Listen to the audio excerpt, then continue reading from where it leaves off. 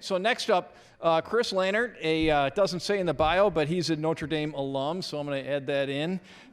He's on the faculty in the Department of Bioproducts and Biosystems Engineering at the University of Minnesota, and his research interests include ecological restorations of streams and wetlands.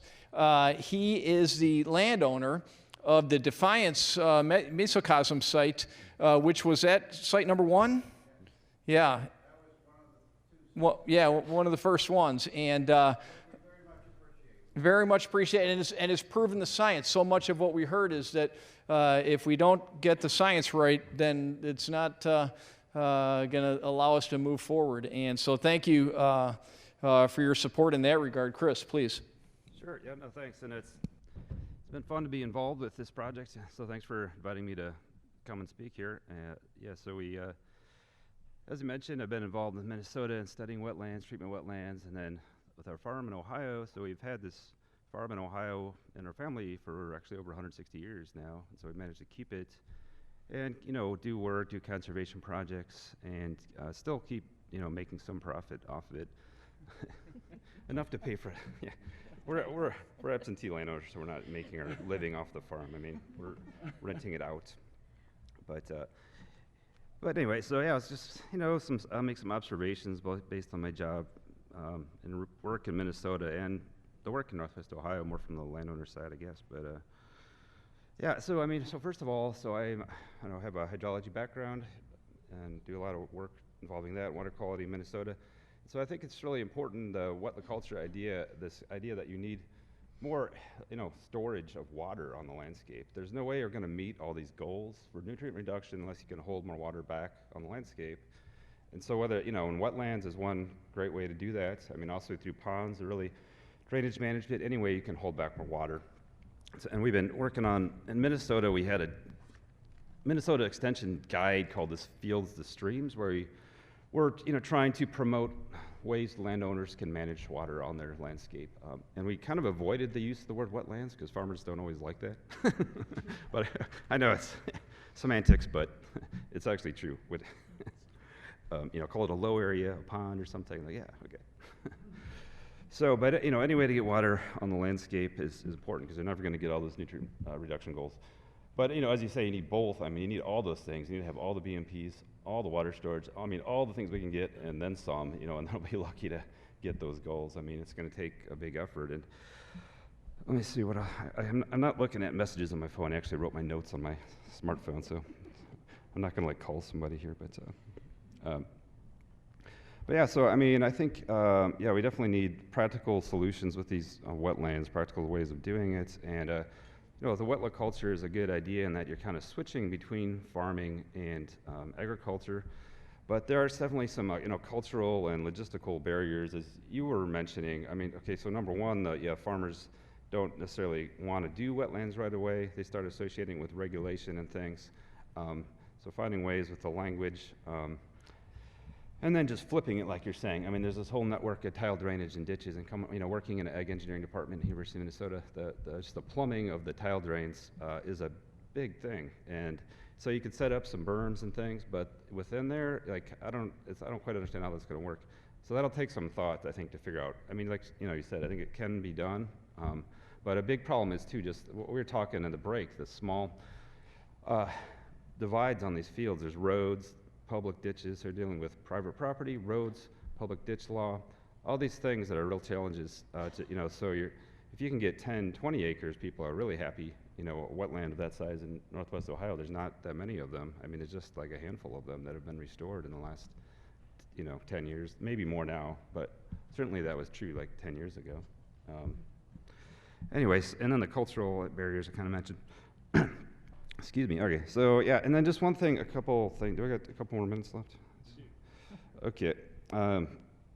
Yeah. So just an issue with the phosphorus retention, and so I mentioned this to Lauren. We were talking about some of the just leakiness of it, and how you were losing phosphorus out of there. Yeah. So we've observed that in our wetland studies in Minnesota and in Iowa. It's been a big issue that William Crumpton and those guys have noticed. to the point where in Iowa, they don't even like give wetlands credit for removing phosphorus. It's all about nitrogen for them. In Minnesota, we don't go that far because they do remove phosphorus, and Bill showed those studies, you know, but they can leak it.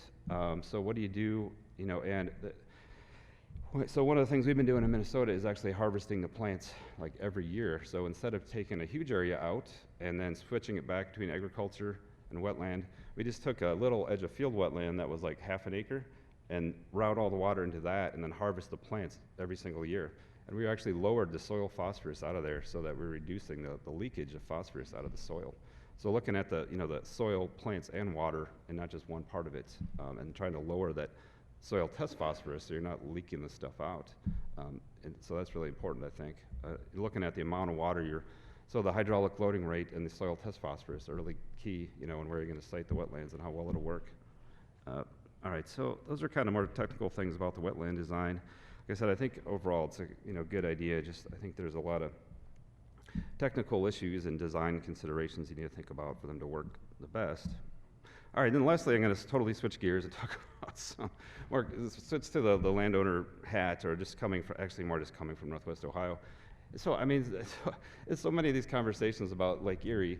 It's as if the Northwest Ohio is just a big kind of wastewater treatment plant or something. It's it's like clean up that water so the people in Lake Erie can drive their boats around and ski and fish. And well, if you own land in Northwest Ohio, you like to think, okay, well, there's some value to that too. And many people have mentioned this. I mean, you mentioned this and others, but so I mean, the Maumee River. I mean, we used to water ski and stuff in that river, canoe in it, and people use that. I mean, upstream, and then so you got the more local water bodies, but also on the land itself, there's ecosystems of value.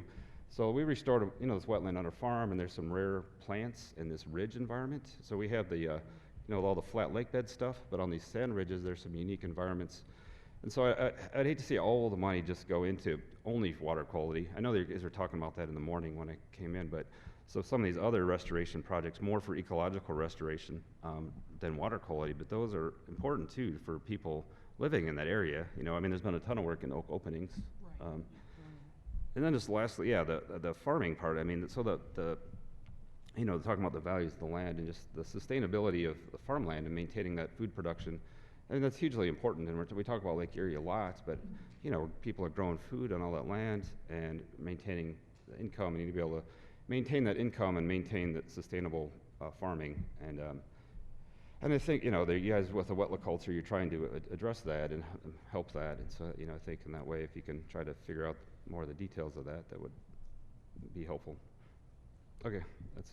Yeah, and I mean, clearly, as a landowner, farmer, advocate of this stuff, you understand deeply, both sides, the need to earn a living and the desire to farm the land in a responsible way and that sort of thing. A lot of emphasis on site selection, and I think that's a key consideration for the wetland culture concept.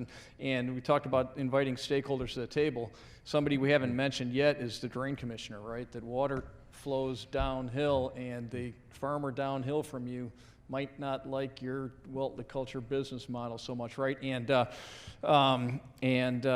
So again, getting everyone that has a voice at the table so that there's a concurrence of this. Your guide, is that available online? Oh, yeah, so you can get it for free. It's a PDF on the University of Minnesota Water Resources Center. Okay. Yeah, they made it for public outreach, so it's all right. So you can free. Find that online. All right, thank you. Yep.